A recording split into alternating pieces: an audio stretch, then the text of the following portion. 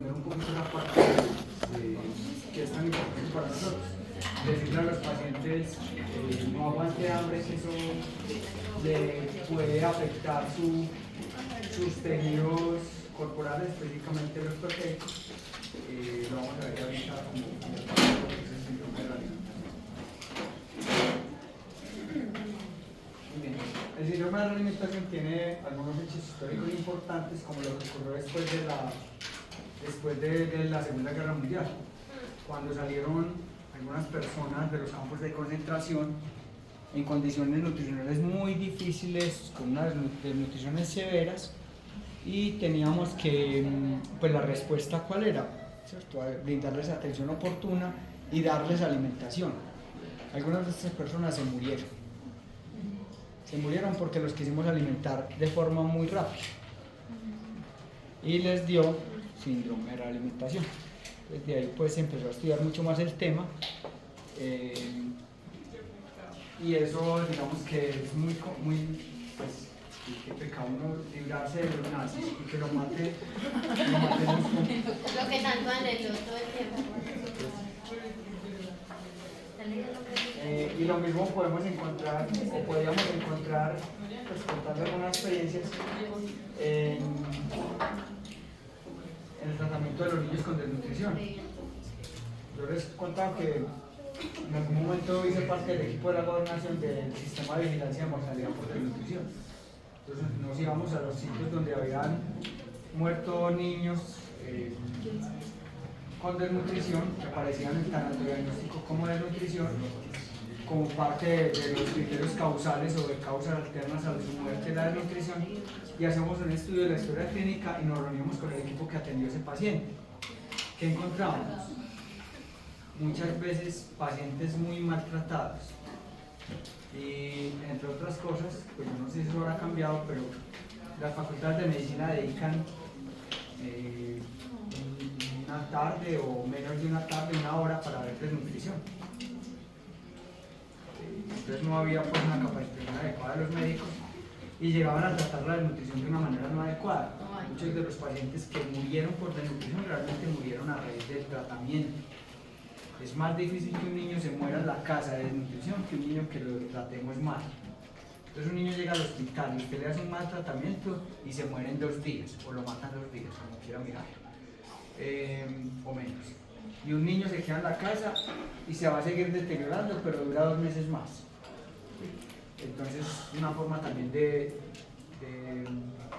la muerte que encontramos en nuestros pacientes era parte de lo que vamos a ver hoy: síndromes de la alimentación, pacientes con malnutrición o con desnutrición que fueron mal hidratados. Entonces, esas condiciones también se ven en las historias clínicas.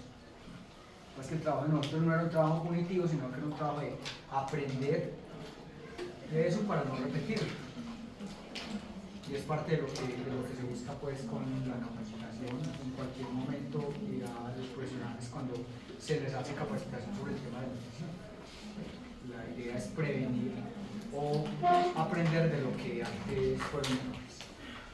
Entonces definamos síndrome de la alimentación como el conjunto de alteraciones metabólicas que pueden ocurrir como consecuencia del soporte nutricional en pacientes que tienen malnutrición proteico-calórica.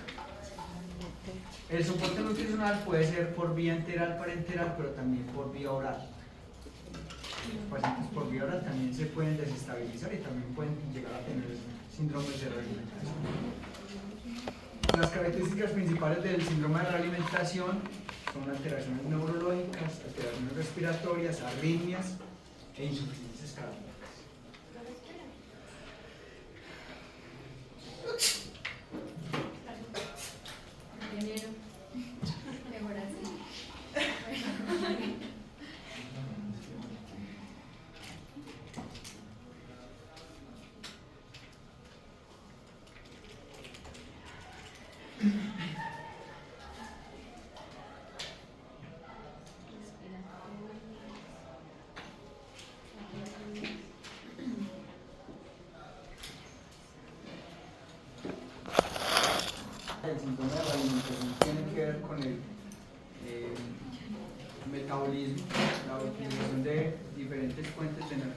nosotros hacemos de acuerdo a las condiciones que tengamos en cada momento.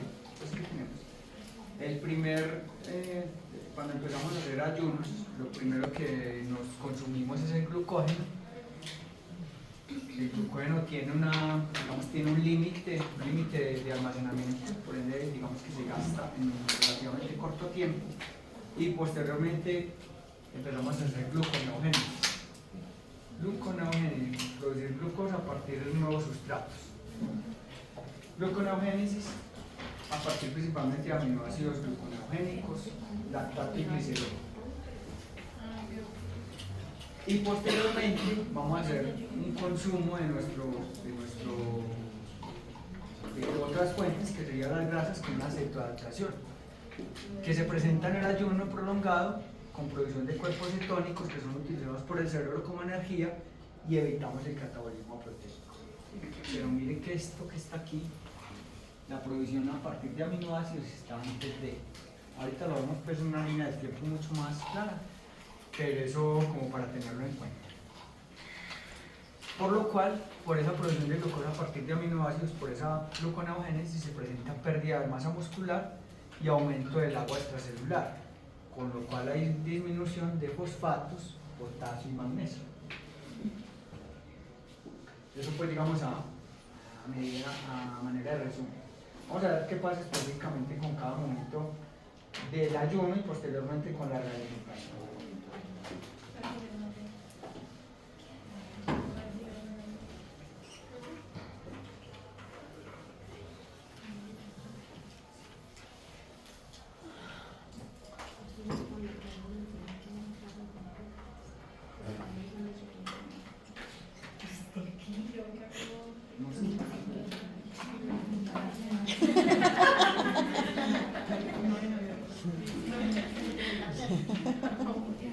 Muy bien, entonces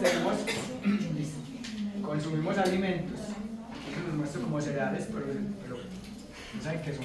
Consumo de alimentos, producimos glucógeno, lo almacenamos ¿dónde? Músculo e hígado, ¿cierto? Principalmente músculo e hígado. Entonces reservamos glucógeno hepático y muscular. Luego, cuando entramos en la etapa de ayuno, empezamos a hacer catabolismo y nos consumimos esas reservas de glucógeno. Entonces hacemos glucógeno lisis hasta agotarlo, y posteriormente vamos a hacer entonces gluconeogénesis a partir del consumo de proteínas, a partir principalmente de aminoácidos gluconeogénicos. Pero también para la gluconeogénesis utilizamos estos dos, lactato y glicerol. El problema para nosotros no es gastarnos esto, el problema es cuando nos gastamos los aminoácidos. Que los aminoácidos y las proteínas no están hechas para producir energía. Eso lo dijimos desde preescolar, ¿cierto? Cuando aprendíamos a calcular el respaldo calórico, ¿se acuerdan? Que yo les hablaba una hora antes y les decía por qué no nos debemos gastar la proteína en energía. Por eso es muy importante que la dieta tenga un respaldo calórico adecuado, porque es muy costoso, ¿cierto? Metabólicamente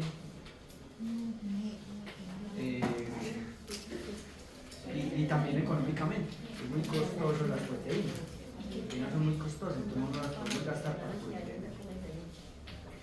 En fin, listo, entonces estamos en ese momento de la gluconeogénesis, donde eso ocurre alrededor de los primeros 3 días, 72 horas, pero llega un momento que a partir de esas 72 horas el cuerpo, digamos que trata de proteger órganos vitales.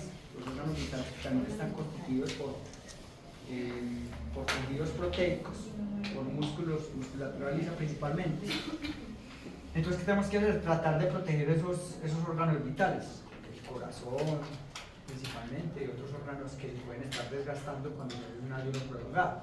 Entonces vamos a tener que esas 72 horas es como un límite. Hasta ahí el cuerpo se gasta las proteínas, y a partir de las 72 horas empiezan a disminuir ese catabolismo proteico. Empieza a haber como un stop en ese catabolismo proteico. Y entonces, ¿en qué nos empezamos a gastar a partir de las 82 horas?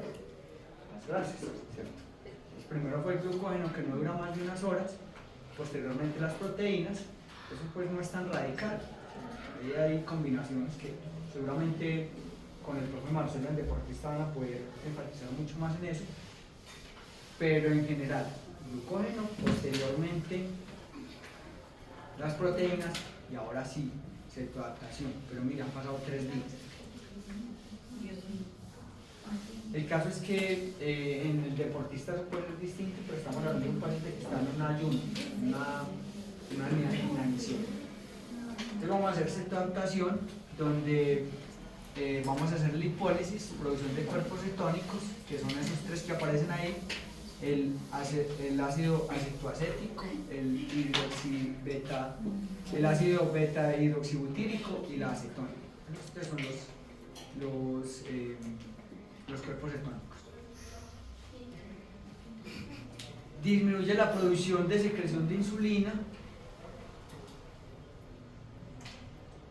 La insulina es una hormona principalmente anabólica, entonces cuando estamos en ese proceso de catabolismo, pues tiene que disminuir la producción de insulina, pero también disminuye la producción de gonadotropinas y de leptina, como parte de la adaptación. Esa adaptación también se da con aumento de unas hormonas contrarreguladoras de las anteriores, que serían el glucagón, la hormona de crecimiento y el cortisol. Parte de la adaptación y con la secreción con la disminución de la secreción de la insulina, triiotironina, gonadotropinas y leptina, hay una disminución de la actividad del sistema nervioso simpático, y eso hace que se disminuya la tasa metabólica basal alrededor de un 20 o un 25%, es decir, empezamos a gastar menos energía. Todas las condiciones pues hacen que el organismo se esté autoconsumiendo, y entre otras cosas hay unos órganos que se están también deteriorando, se están disminuyendo de tamaño porque se está autoconsumiendo la proteína hasta ese momento. Entonces se disminuye el tamaño de algunos órganos y vamos a tener, por ejemplo, una atrofia muscular. El corazón es de los órganos que más se atrofia, más se deteriora y puede perder hasta un 30% del peso. Eso vendría siendo a los 3 días, se supone. Sí, teóricamente. ¿Qué pasa? Que estos pacientes a los 3 días todavía no tienen un consumo adecuado de nutrientes, seguramente lleva meses consumiendo menos de lo que requiere, entonces tiene que empezar a gastar. Además de sus depósitos grasos, pues posteriormente seguramente va a haber otras adaptaciones que lo lleven a continuar consumiendo su musculatura, sus órganos vitales. Entonces esto se da en los primeros momentos, pero después va a ser, digamos que, unas consecuencias peores para la posibilidad de supervivencia. Profe, y también hay pérdidas de micronutrientes. ¿Cómo así pérdidas? Sí, pues, o gasto, pues, o no toca nada de eso. No, claro que sí. Porque es que yo veo, por ejemplo, personas en las redes y así que promueven como hasta las 72 horas de ayuno, pero usted le ve los ojos salidos, pálidos, calvos, pues, o sea, uno dice como que uno ahí ve como otras pérdidas de nutrientes, pero micronutrientes, como anemia. Si usted no está consumiendo, bueno, hay nutrientes que no se van a afectar en 3 días, el hierro no se va a afectar en 3 días. Lo que pasa es que estamos hablando de niños que están en un proceso crónico, que no son 3 días, son meses o años, en una condición crónica. ¿Qué pasa? Que para hacer estos otros procesos como la gluconeogénesis, las vías metabólicas de las grasas, pues se requieren también micronutrientes. Entonces, claro, se van a ir gastando esos cofactores que no estamos consumiendo. Entonces, desde ese punto de vista, puede que sí se presenten disminución de esos. No creo que lleguemos a una alteración en 3 días de la mayoría de nutrientes, pues difícilmente, aunque las proteínas hidrosolubles, no sé, porque como no se almacenan, no se están consumiendo. Y ahorita vamos a ver que en el síndrome de la alimentación, justamente, hay una de las más involucradas ahí, tiene que ver con la vitamina B1, que puede tener deficiencias. Pero todas esas son consecuencias irreversibles, por ejemplo, la disminución de la tasa metabólica o la disminución del sistema nervioso. No, esa es la recupera inacción. progresivamente. Sí, lo que pasa es que es muy difícil. Eso es lo que nosotros tratamos de hacer siempre, aumentar tasa metabólica. Pero es que no no hacemos ayunos, por eso es que hacemos actividad física. O sea, un corazón que le cambie el tamaño. Sí, ese sí puede recuperar, claro. Se puede recuperar con Porque es un nutrición, con músculo. actividad, bueno, se puede volver a hacer hipertrofia muscular. Dicen que Luis Díaz tuvo desnutrición en su infancia Ujú. y ese corazón debe ser una cosa impresionante en este momento de grande. ¿Pero por qué? Pues con actividad y alimentación. Él tiene cara de... Tiene cara de...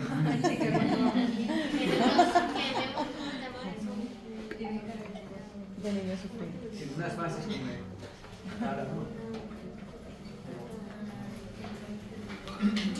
Muy bien. Posteriormente a esas, digamos lo que podemos encontrar en ese tiempo, es que las concentraciones de estos micronutrientes, potasio, magnesio y fósforo, pueden estar en concentraciones adecuadas a nivel sérico,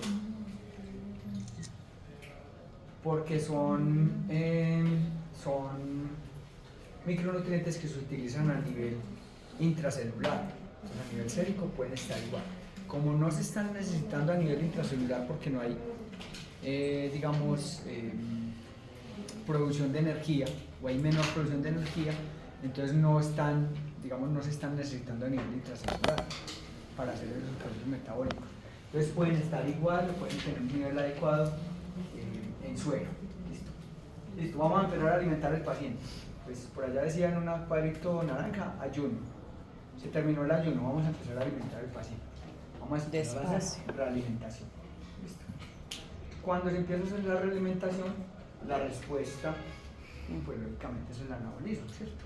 Volver a crear tejidos, volver a almacenar combustibles. Si además esa realimentación se hace con un exceso de carbohidratos, lo dejo aquí señalado como riesgoso, que puede ocurrir en algunos pacientes cuando llegan al tratamiento, que les demos una dieta de carbohidratos, pues los carbohidratos promueven la producción de insulina por parte del páncreas. La insulina es una hormona anabólica principalmente y empezamos a tener unas necesidades de estos mismos micronutrientes a nivel intracelular. Entonces, ¿qué pasa? Estos micronutrientes se trasladan al interior de las células. ¿Sí? Cuando se trasladan al interior de las células van a disminuir en plasma. Entonces vamos a tener unos niveles séricos que los medíamos adecuados. Antes de empezar a alimentar el paciente pueden estar adecuados, pero cuando lo empezamos a alimentar el paciente puede empezar a tener disminución de sus concentraciones plasmáticas. Esas concentraciones plasmáticas, por ejemplo del fosfato, son necesarias para la actividad cardíaca. No es que como el equilibrio homeostático. También para el equilibrio homeostático, en el caso, por ejemplo, del potasio. Profe, o sea que en el tiempo de ayuno, esas reservas pues, de potasio, magnesio, fósforo están sostenidas también, están equilibradas. Lo que pasa es que como el paciente está en una inanición, no tiene sustratos para metabolizar, o son mínimos. Pero cuando usted empieza a alimentar, el niño empieza a responder. El organismo empieza a responder ¿cómo? Produciendo energía a partir de lo que usted le dio.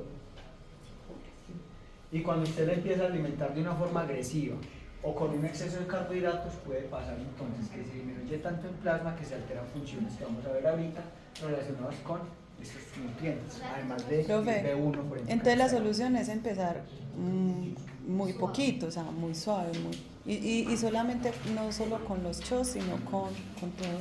Con todo, ¿Cierto? sí, con todo, sino que O sea, de una manera generalmente las muy- dietas de inicio tienden a ser altas en carbohidratos. Para tratar de recuperarlos como rápido, pero no es lo Entonces más ahí hay un adecuado. primer error. Ah. Pero o sea, que a medida que se va realimentando también habría que utilizar aislados esos micros como una manera de suplemento, ¿o no?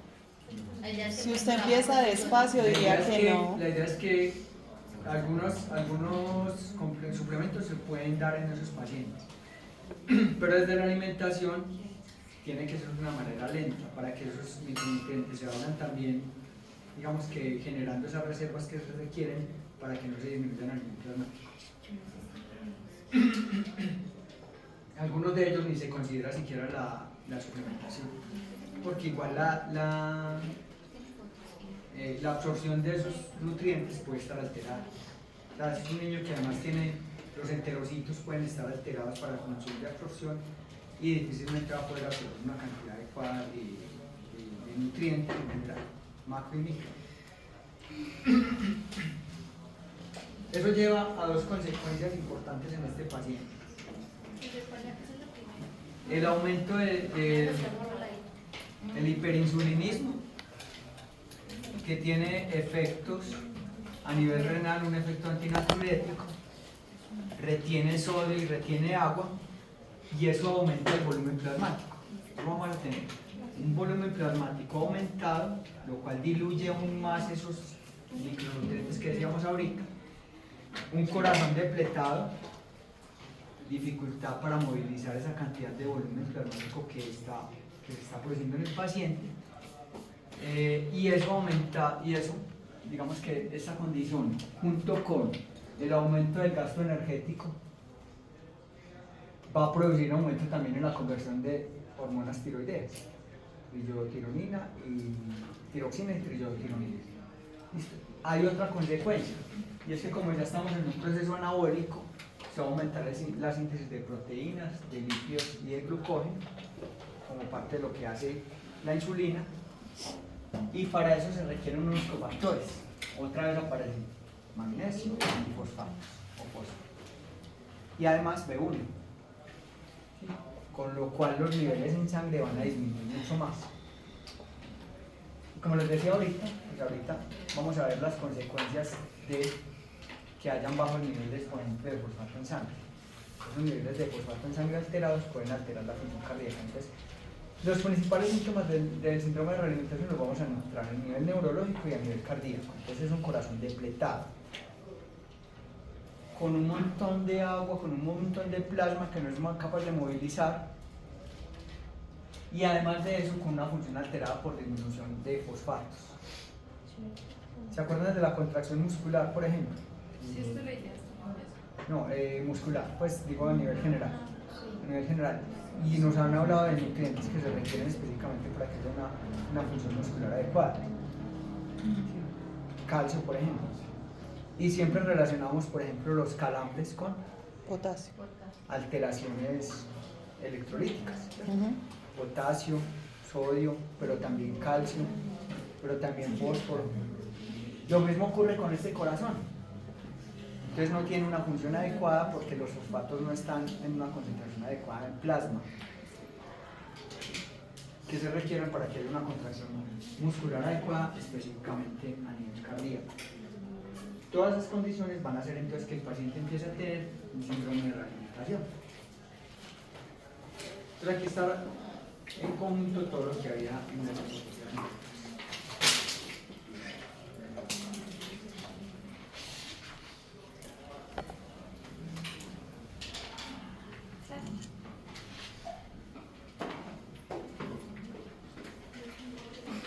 Aquí en esta parte, cuando decimos que el hiperinsulinismo producía además un efecto antinatriurético con retención de agua y sodio, tiene efectos inmediatos en esa función cardíaca porque va a hacer una sobrecarga hídrica, y esa sobrecarga hídrica puede producir edemas.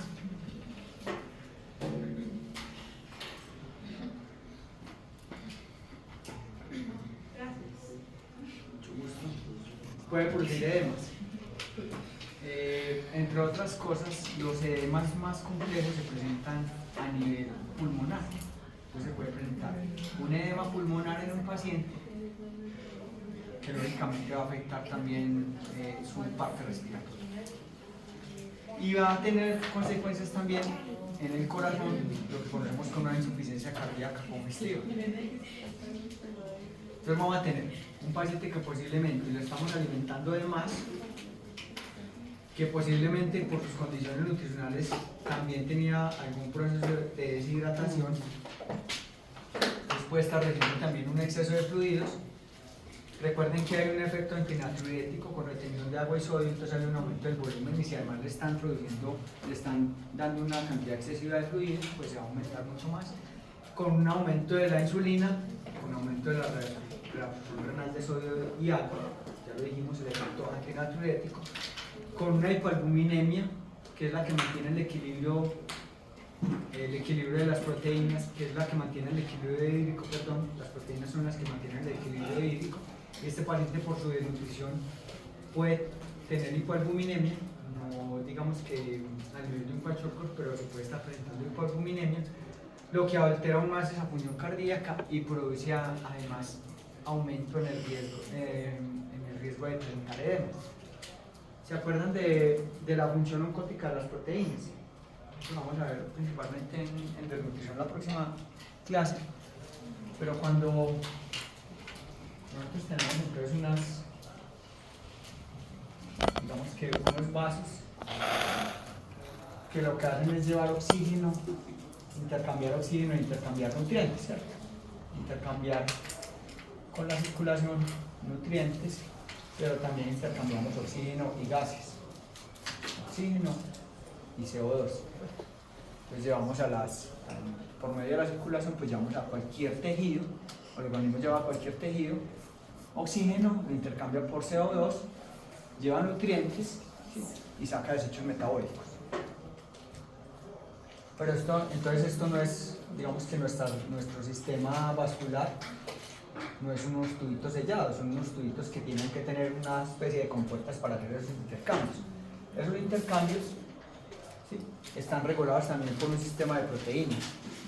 Entonces, cuando hablamos de hipoalbuminemia, digamos, quien controla estas compuertas son principalmente las proteínas. Y esas proteínas van a estar alteradas, no van a tener hipoalbuminemia. Vamos a tener pérdida de lo que se conoce como el equilibrio oncótico.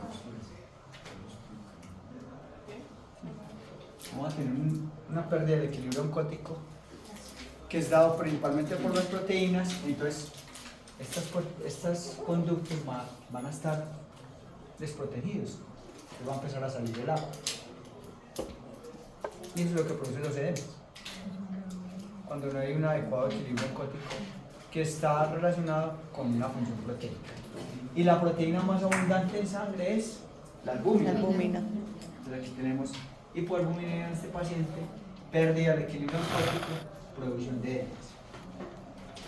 Porque además el paciente lo empezamos a hidratar de forma agresiva, le empezamos a dar alimentos, le empezamos a generar efectos antinatriuréticos cuando esa producción de insulina ayuda a la retención de sodio y agua, a una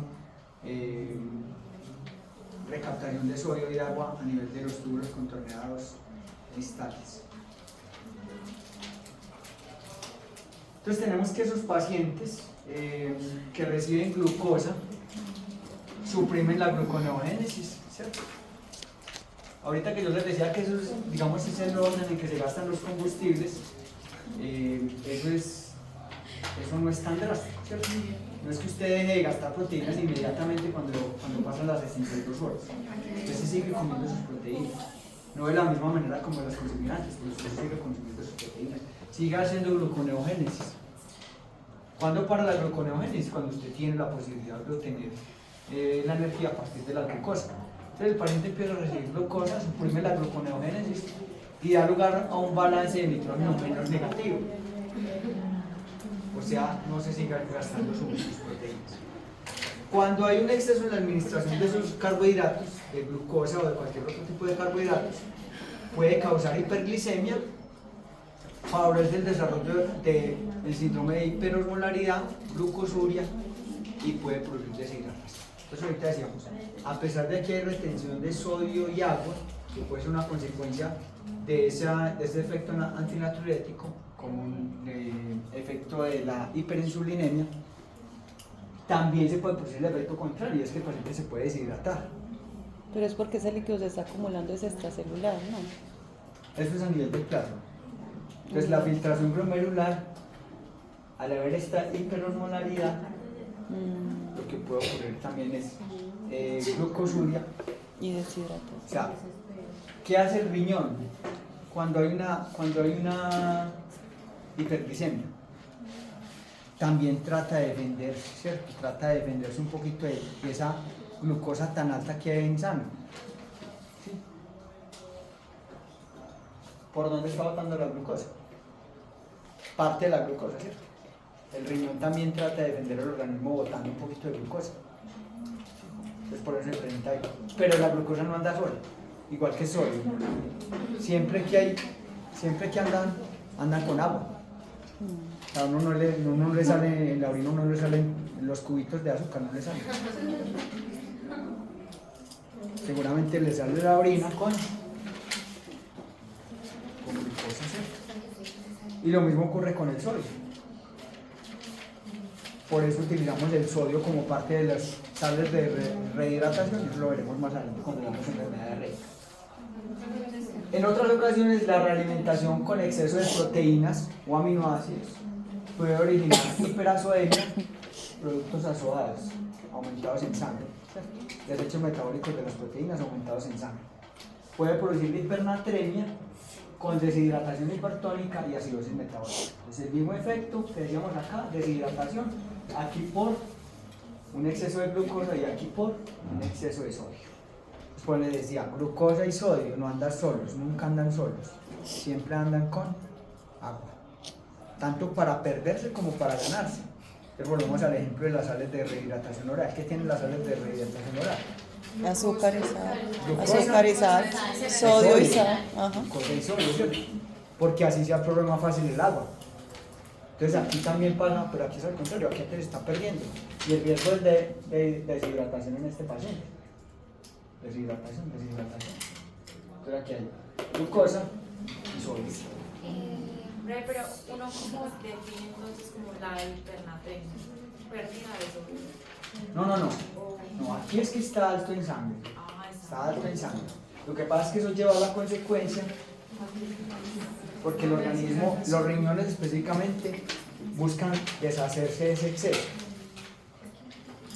Yo no he escuchado que los pacientes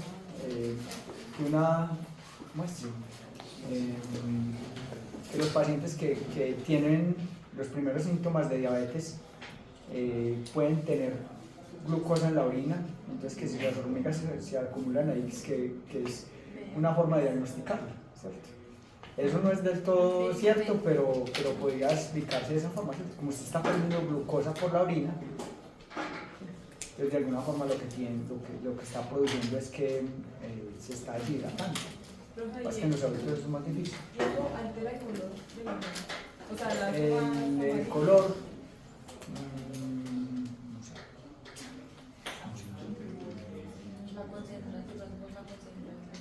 Lo que pasa es que la concentración se da por la glucosa, pero también principalmente por estos frutos azotados.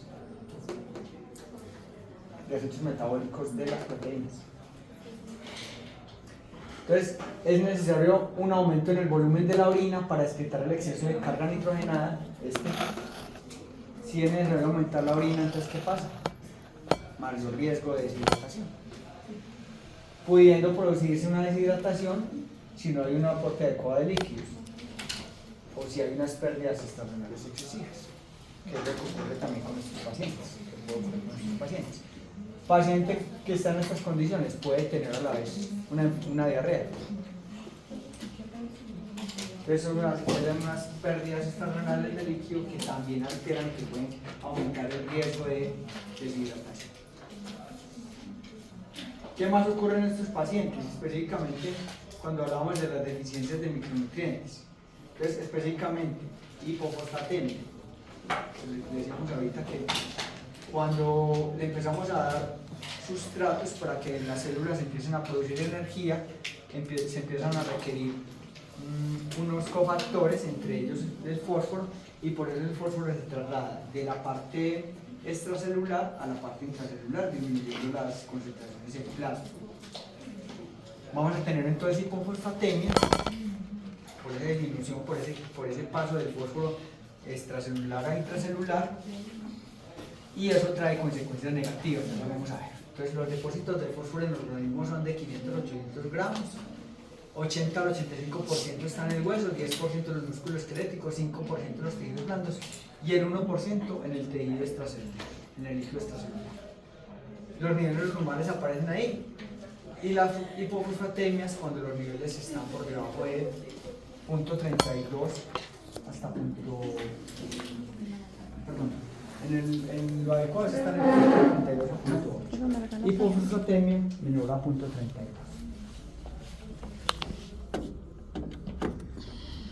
¿Quiénes se ven afectados cuando hay hipofosfatemia? Principalmente los huesos, el músculo esquelético y el hígado.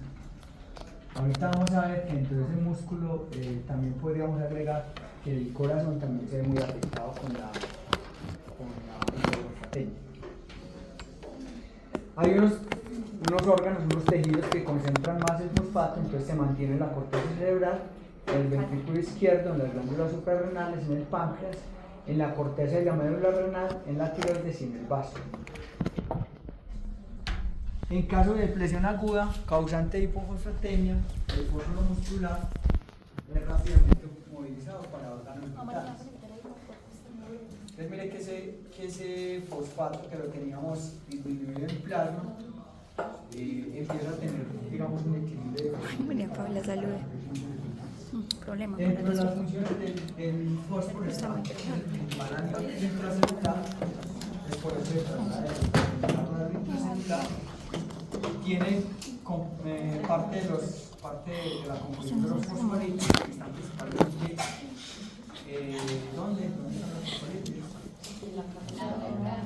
Mira la cata que me presenta Rito Amor.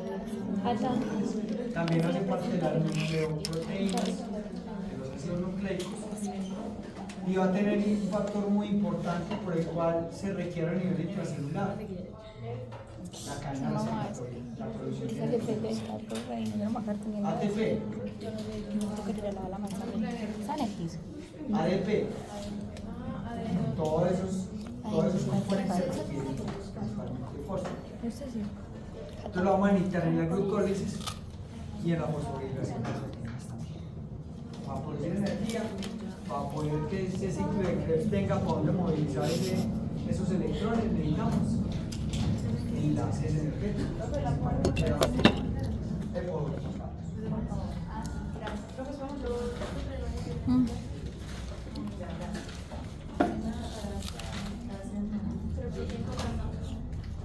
Dentro de las funciones, entonces decíamos como principal alimento celular, como el los principales síntomas están relacionados con disfunción cardíaca y se presenta como un signo agudo del síndrome de realimentación, de la realimentación del paciente. Decíamos que era uno de los órganos que más se veía afectado en esa inanición, la disminución de su volumen, del tamaño del corazón cuando se presenta el ayuno prolongado. Lógicamente se va a ver alterado el gasto cardíaco, o sea, esa posibilidad de bombear más sangre, y hay una compensación con la frecuencia cardíaca. Ese niño puede tener aumento de su frecuencia cardíaca por el solo hecho de tener disminución del tamaño. Pero si además se aumenta el volumen sanguíneo, pues el corazón tiene que trabajar mucho más, y es un corazón que ya viene haciendo aumento de su frecuencia cardíaca. Entonces vamos a tener riesgo de aumento de su frecuencia cardíaca. La hipofosfatemia disminuye la excreción de agua y sodio, lo que lleva a un fallo cardíaco, arritmias, hipotensión y posiblemente una muerte súbita.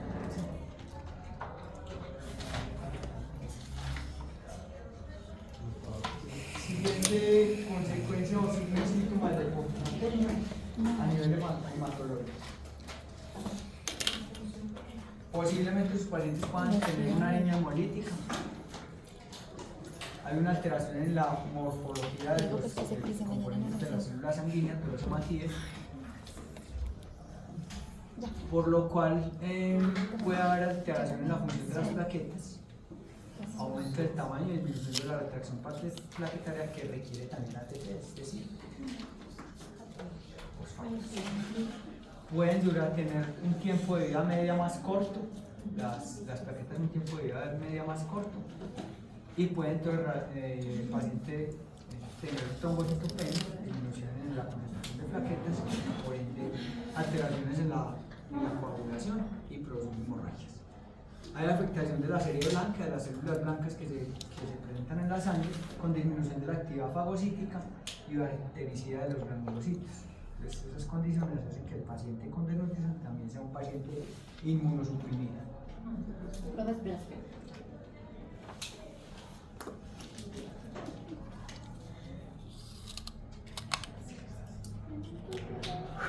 Y esos pacientes, cuando los empezamos a tratar, pues van a tener un riesgo aumentado por esa sobrealimentación, pero también porque hay unas condiciones a nivel hospitalario, a nivel clínico, que hacen que tenga mayores riesgos, por ejemplo, de sepsis, cuando el paciente tiene un catéter, cuando el paciente tiene, digamos, otros tratamientos, otras terapias que pueden hacer que se infecte mucho más fácil. No, es que si no muero.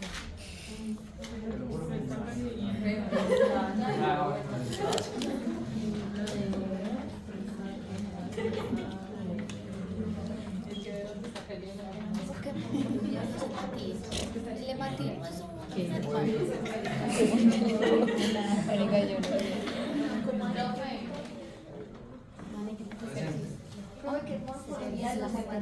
Infección.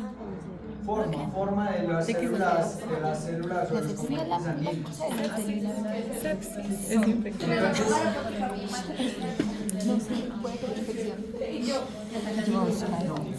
Es célula de Pero hay una cosa que es la muerte de célula. Cuando usted dice Y mira. hematocrito, Ah, María le preguntó que si era un cuando animal. usted dice hematólogo, hablamos de la sangre. Entonces, las células sanguíneas, entre ellas las plaquetas, que no son realmente células pero componentes Eso es que una sanguíneos, enfermedad. tienden a cambiar esa forma, entonces funcionan de forma inadecuada. En el caso de las plaquetas, ya no hacen esa agregación plaquetaria y ya no pueden, digamos que ya los mecanismos de coagulación se ven alterados. Entonces el paciente puede tener Lo hemorragia. repetí 5 veces, María. Otra de las consecuencias de la hipofosfatemia es la disfunción respiratoria. Entonces mire pues este paciente tiene problemas cardíacos porque el corazón se volvió más chiquito por su desnutrición. Además, con la alimentación estamos aumentando la producción de insulina, está haciendo una hiperinsulinemia. Pero esa hiperinsulinemia además produce que haya recaptación de sodio y agua, entonces aumenta el volumen plasmático.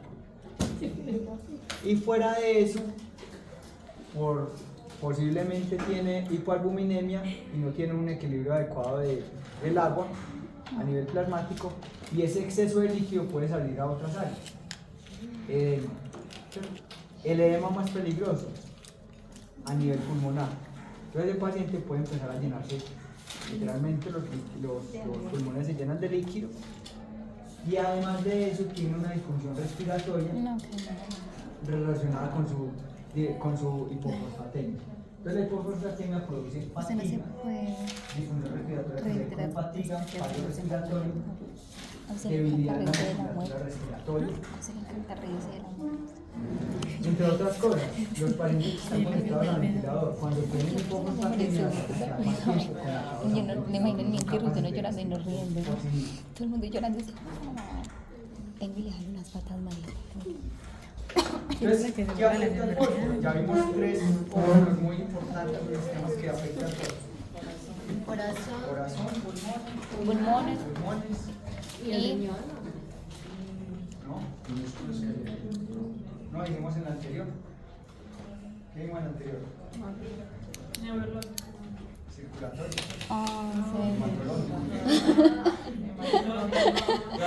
Cardíaco, hematológico y respiratorio. Cardíaco, hematológico y Principales respiratorio. consecuencias de la hipofosfatemia. María, dígame qué minuto es ese. 45, 36. Listo, entonces ese es, digamos que El micronutriente más afectado en síndrome de realimentación es. ¿El qué? El micronutriente más afectado en el síndrome de realimentación. El fósforo. Pero ahorita dijimos que también se afectaba magnesio, El potasio. potasio y B1. Ya, tiamina.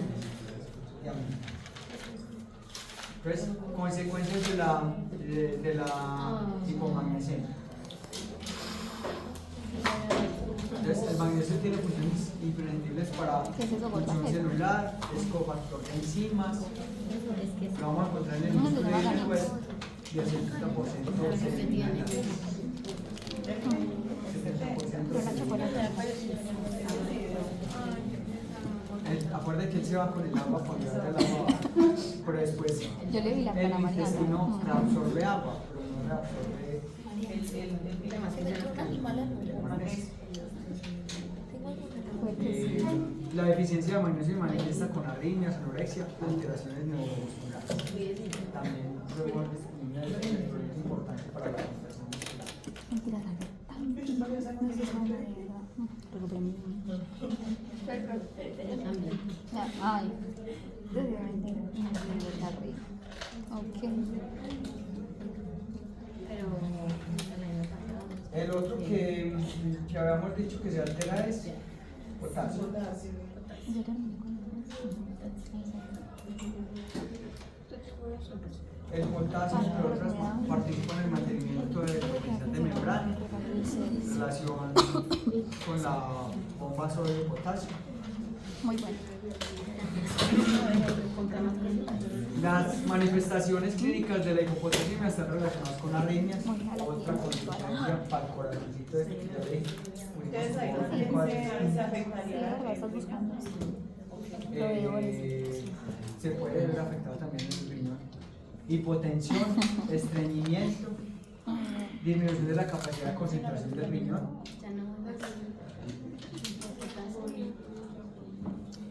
poliuria, polidipsia, cansancio, parálisis arrefléxica, parestesias. ¿Cuál es la parálisis?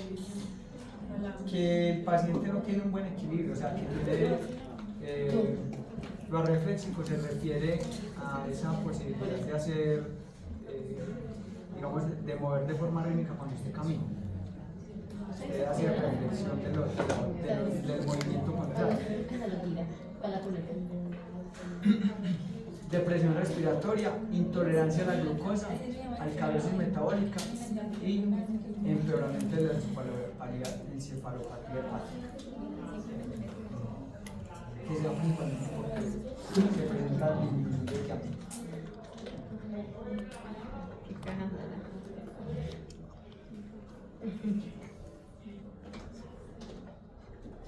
Entonces, fosfatos, potasio y en alguna medida también magnesio tienen influencia en esa función cardíaca que es, digamos, la más alterada junto con la respiratoria en el síndrome de Raynaud. Vamos a tener entonces también deficiencia de tiamina, ahorita ya lo habíamos mencionado, la B1, que es necesaria para el metabolismo de los carbohidratos. Siempre que hablamos de vitaminas de complejo B, lo relacionamos principalmente con metabolismo energético. Y específicamente la B1 con el metabolismo de los carbohidratos. Y lo que se hace entonces es una utilización intracelular de B1 como factor de enzimas como la piruvato de sodio. Las reservas son escasas, no es una vitamina que se almacene y la deficiencia puede causar otra vez el corazón, vuelve y juega, fallo cardíaco, encefalopatía de Wernicke, que es lo que le da a los alcohólicos, por disminución de la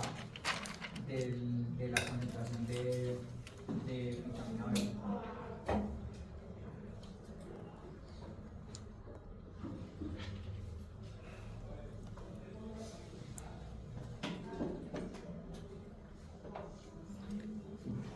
Entonces, devolviendo un poquito a lo que hablábamos de la fisiopatología del síndrome de la alimentación, entonces, ¿qué tenemos? Una alteración en el metabolismo de los glúcidos y de los lípidos, un paciente que tiene una malnutrición proteico-calórica, en el cual empieza la alimentación a proveer mayor cantidad de glucosa, una cosa muy buena, se suprime la glucosa menos, vamos a tener un balance nitrogenado menos negativo, se va a consumir menos sus propias proteínas, se va a dejar de consumir sus propios músculos, sus propios órganos, y esto hasta aquí es bueno, ¿cierto? Ya está muy loco. Pero esos altos niveles de glucosa van a llevar al paciente posiblemente hiperglicemias, llevan a descompensación hiperosmolar, al aumentar la osmolaridad de la sangre por la glucosa, una descompensación hiperosmolar, cetoacidosis, acidosis metabólica, vamos a tener entonces una diuresis osmótica y posiblemente una deshidratación, porque el organismo se está tratando de defender de esa concentración aumentada en sangre. O sea, pero entonces Volver a empezar. No es que no empecemos con glucosa, sí empezamos. si empezamos de por una manera las moderada. cantidades Y me voy a hacer así, encontrar algo cantidades chévere. muy poquitas. Cuando veamos DNT, vamos a decir, por ejemplo, un paciente que necesita 90 calorías al día, un niño de 8 meses, necesita 90 calorías por kilo por día. Y la vamos a empezar con 24. Entonces, cuando dice la auxiliar, perdón, las auxiliares, cuando dice la auxiliar de enfermería, la mamá, es que aquí me lo van a dejar morir. Pero es para que no genere un síndrome de Raynaud. ¿Eso tiene alguna fórmula, profe? Como si necesitan 90, tenemos con 20. No, Eso no sale- exactamente, pero lo vamos a ver en Como que se me acaba. ¿Por qué? la alteración del metabolismo es Sí. como consecuencia de todos esos procesos que le estamos dando más de lo que el paciente puede metabolizar. Entonces está quedando, por ejemplo, en sangre. Esta cetoacidosis, Lo que esta pasa es que hiperosmolaridad. lo que yo entiendo es que ya tiene la nutrición, tiene lo que digo, una inanición muy grande. Es ahí cuando dice como la alteración del metabolismo de glucósido, cómo se empieza ya después de esa inanición. O sea, se debe empezar con porque altos niveles de consumo de Sí, glucosa lo que pasa es que el paciente tiene esto, ya tiene esto. ya lo tiene, exactamente. El Ya paciente no es llega capaz de por la manejar inanición. todas las proteínas, perdón, todos los carbohidratos y los lípidos que le generan. El paciente que hizo, nosotros que hacemos generalmente, tenemos mayor metabolismo de carbohidratos. Pero el paciente ha venido disminuyendo ese metabolismo de carbohidratos Porque ha estado con porque ha estado consumiendo más proteínas, su autoconsumo de proteínas y en algún momento también lípidos. Porque los carbohidratos son los primeros que se agotan. ¿Dónde están los carbohidratos de nosotros? En el glucógeno. Y eso no dura nada, eso no dura más de, no sé, medio día. Un día, si acaso. Cuando yo era atleta, hace muchos años, bueno, hace muchos años, cuando uno pues se alimentaba mal y estaban haciendo unos 600, por ejemplo, uno veía que los compañeros que normalmente eran semifondistas, porque yo era velocista, para mí 600 era mucho, de la nada como que el músculo ya dejaba de responder y el vómito, es el ácido láctico, ¿verdad? Se acaba el glucógeno y es como que el músculo inmediatamente no puede responder. Esa información es nueva para mí. hacerlo. Pero en deportista van Ok. Hablar de a compensar esa información que no está aquí. Yo soy niño. Yo soy niño. No, eso es muy bacano, pero es que pues, uno habla como de, por ejemplo aquí, lo que les decía ahorita, hablamos de una forma como se gastan los sustratos, pero eso no es exactamente, que se gastó el glucógeno inmediatamente empezó a consumir proteínas, no, ya empezó a consumir proteínas porque ya el cuerpo mandó un mensaje de que las reservas de glucógeno están al límite, ¿cierto? ¿Y cuánto glicerol tiene usted? ¿Cuánto lactato tiene usted? ¿Sí? Para no consumir esas proteínas. Ahí es cuando la que le dice Disney. Analizando. así más bien. Cuando el ciclo de su Bien, entonces cuando empezamos a alimentar al paciente con glucosa, así como generamos Esa era la conclusión. menor, pues separar la gluconeogénesis, también eso va a generar lipogénesis. Y puede aparecer en estos pacientes hipertrigliceriemia, hígado graso, alteración en las pruebas hepáticas. Una cosa muy importante, aumento del cociente respiratorio con alta producción de CO2, hipercapnia y fallo respiratorio. Hipercapnia, acumulación de CO2 en sangre. Entonces, ¿qué ocurre? Que además los carbohidratos, ¿se acuerdan del QR? Pero lo explicaron en bioquímica. Hace mucho no hablábamos en el mensaje. No hay QR. QR, cociente respiratorio. El cociente respiratorio es la cantidad de oxígeno que utilizamos para producir energía a partir de cierto sustrato. Entonces el QR de los carbohidratos Ella es como usted. es más alto el QR ¿Qué de pasa los con grasas. esto? Para producir energía a partir de la misma energía a partir de carbohidratos y a partir de grasa utilizamos más oxígeno si la producción Cuando es se de dice los que me quiere, en mi carbohidratos. momento fue Utilizamos menos oxígeno y la producción es a partir de grasa. Eso hace que las dietas altas en carbohidratos requieran mayor cantidad de oxígeno. Entonces, por ejemplo, cuando veamos Dígame que me vamos a fibrosis, en fibrosis los pacientes tienen alteraciones pulmonares y las dietas son muy parecidas a las dietas de los pacientes diabéticos. Les damos menos carbohidratos para que gasten menos, necesitan menos Ahí oxígeno. van a decir en su colgante. Entonces, lo mismo puede ocurrir con este paciente. Oye, Si le damos muchos carbohidratos, el paciente va a requerir más oxígeno. Acuérdese cómo está ese corazón, cómo están esos músculos respiratorios, ¿sí? Depletados. Acuérdese que tiene riesgo de hacer edema pulmonar. Todas las condiciones juntas, pues, es las que llevan el paciente, pueden llevar al paciente a la preguntas hasta aquí. Cociente respiratorio. La hipercapnia, ¿qué es lo que es la respiración? La hipercapnia. Acumulación de CO2 en sangre.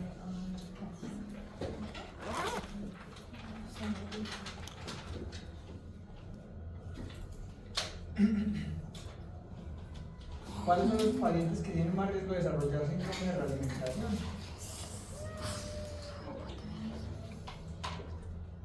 Entonces, los pacientes que llevan entre 7 y 10 días de inanición, los pacientes con anorexia nerviosa, los alcohólicos crónicos, los pacientes que vienen con nutrición parenteral, los pacientes que tienen diabetes mellitus al inicio del tratamiento, los pacientes con malnutrición, aquí están los principales para nosotros, los que más vamos a ver, los pacientes con malnutrición calórico-proteica, los pacientes que tienen terapias intravenosas, el que se me anote por acá. un paciente con diabetes, un paciente oncológico y el paciente que tiene uso crónico de diuréticos endógenos.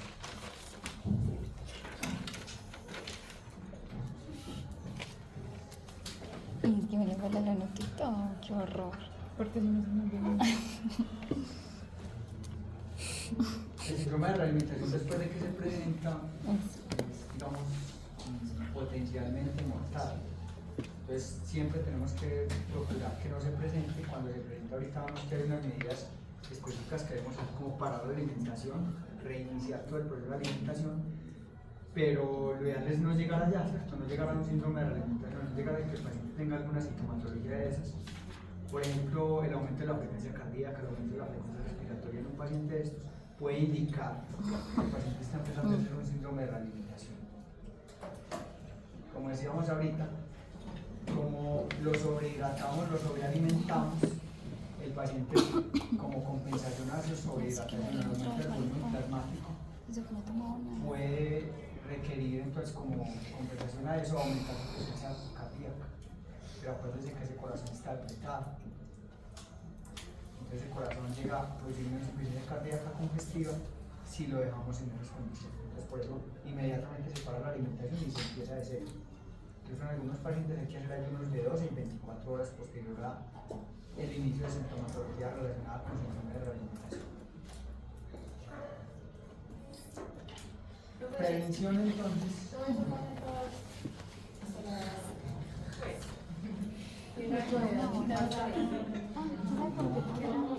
Paciente que tenga desnutrición.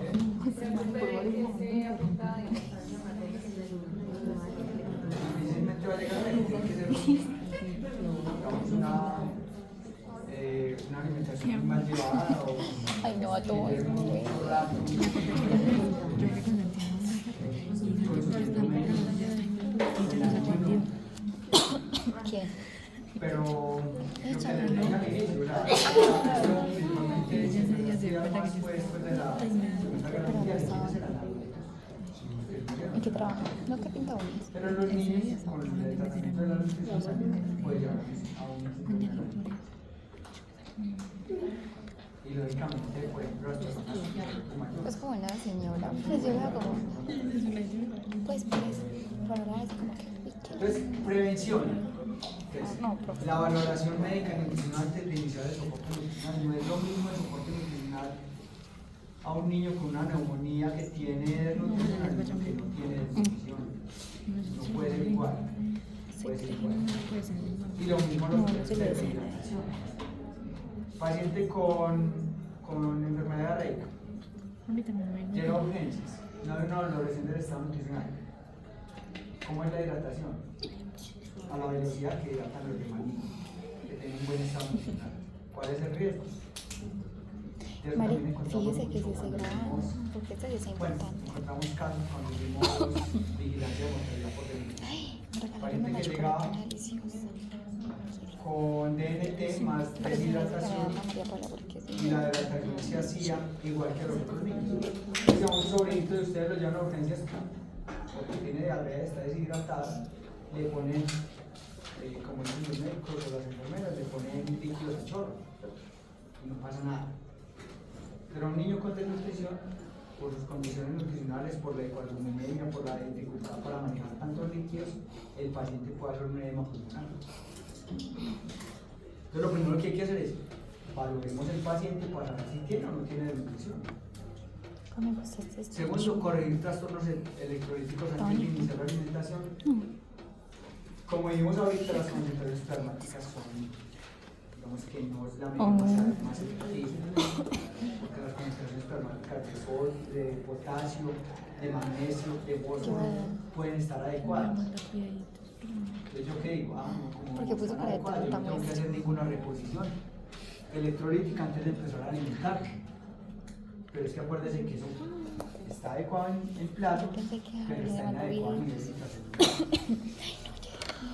Monitorización bioquímica, hemograma, glicemia, función renal, equilibrio ácido-base, electrolitos, minerales, antes y durante la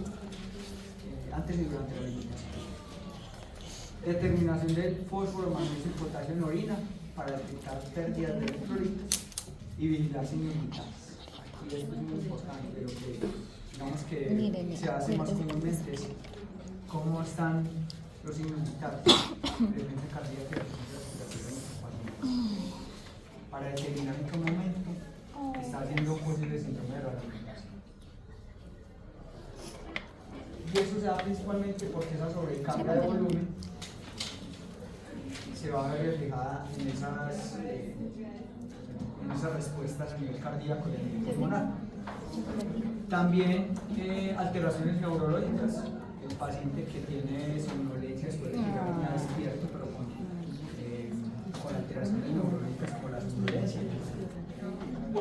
Entonces, dentro de la prevención también la represión calórica debe ser lenta, principalmente en la primera semana cuando empezamos a hacer rehabilitación del paciente. Cuando hablamos de nutrición, uno de los objetivos al inicio de la desnutrición es la estabilización del paciente, no es el ganar peso. No nos interesa que el paciente gana peso en la primera semana. Nos interesa que el paciente se estabilice y genere reservas de micronutrientes antes de empezar a ganar peso. Los pacientes pediátricos les administramos 80 calorías por kilo de peso por día al inicio, pero como les digo ahorita, eso lo hago más específicamente de nutrición, y hay niños que deben empezar con 24 kilocalorías por kilo por día. Eso sería muy poquito. La administración de proteínas, máximo 1.2 gramos por kilo por día. La administración de agua y sodio, de acuerdo a la respuesta clínica del paciente. Esto también priorizando la reposición vía oral, más que la reposición intravenosa. Vigilar la ganancia de peso, aquí dice por semana, pero también nosotros lo hacemos en los pacientes con nutrición, lo hacemos de forma diaria. Y vigilar que el paciente no presente Si no me hace para yo reírme. que llega sin edema, pero por un exceso en la alimentación y en la rehidratación pueden tener edemas. Eso no existe. Ya a nivel de la suplementación, Por eso se está riendo así. hay una recomendación para la suplementación de tiamina. 30 minutos antes de empezar la alimentación, específicamente en pacientes malnutridos, postoperatorios y pacientes que van a tener de pronto riesgos aumentados por aumento también en los pacientes como parte de la suplementación formal, suplementación de fósforo, de acuerdo a la cantidad de glucosa o de carbohidratos que estemos dando para evitar hipoglucemia secundaria a la nutrición. Ese sería a nivel parentero. A mí me se me dice que no me tomaré el lo olvidas. A mí porque es como mala. No me quiere la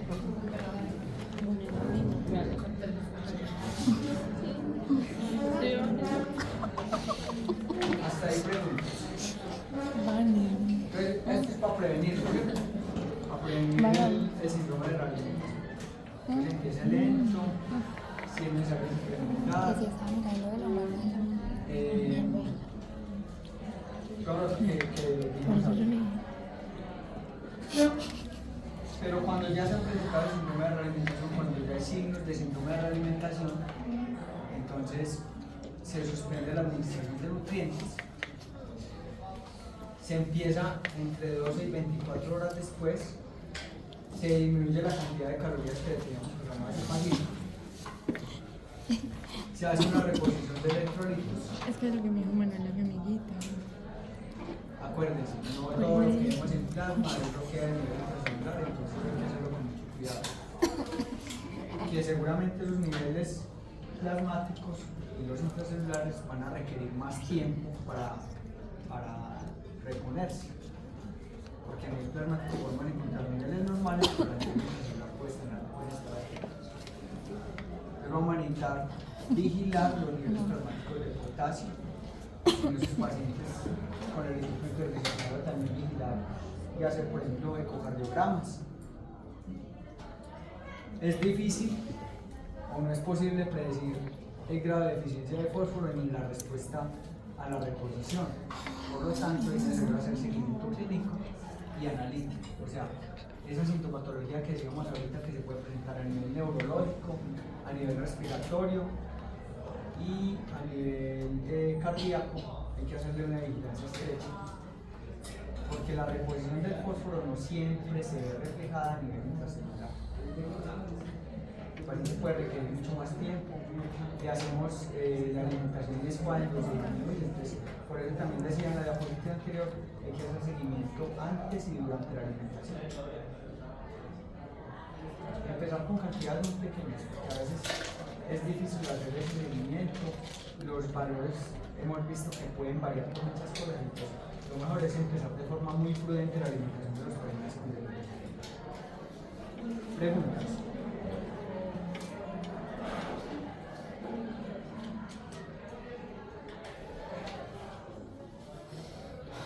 ¿Alguien tiene las posiciones de hoy listas?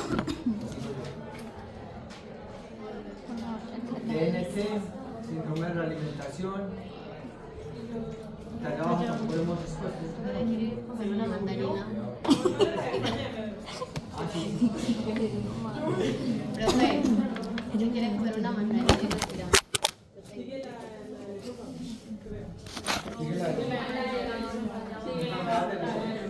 Pero si quieres, para mañana, pues.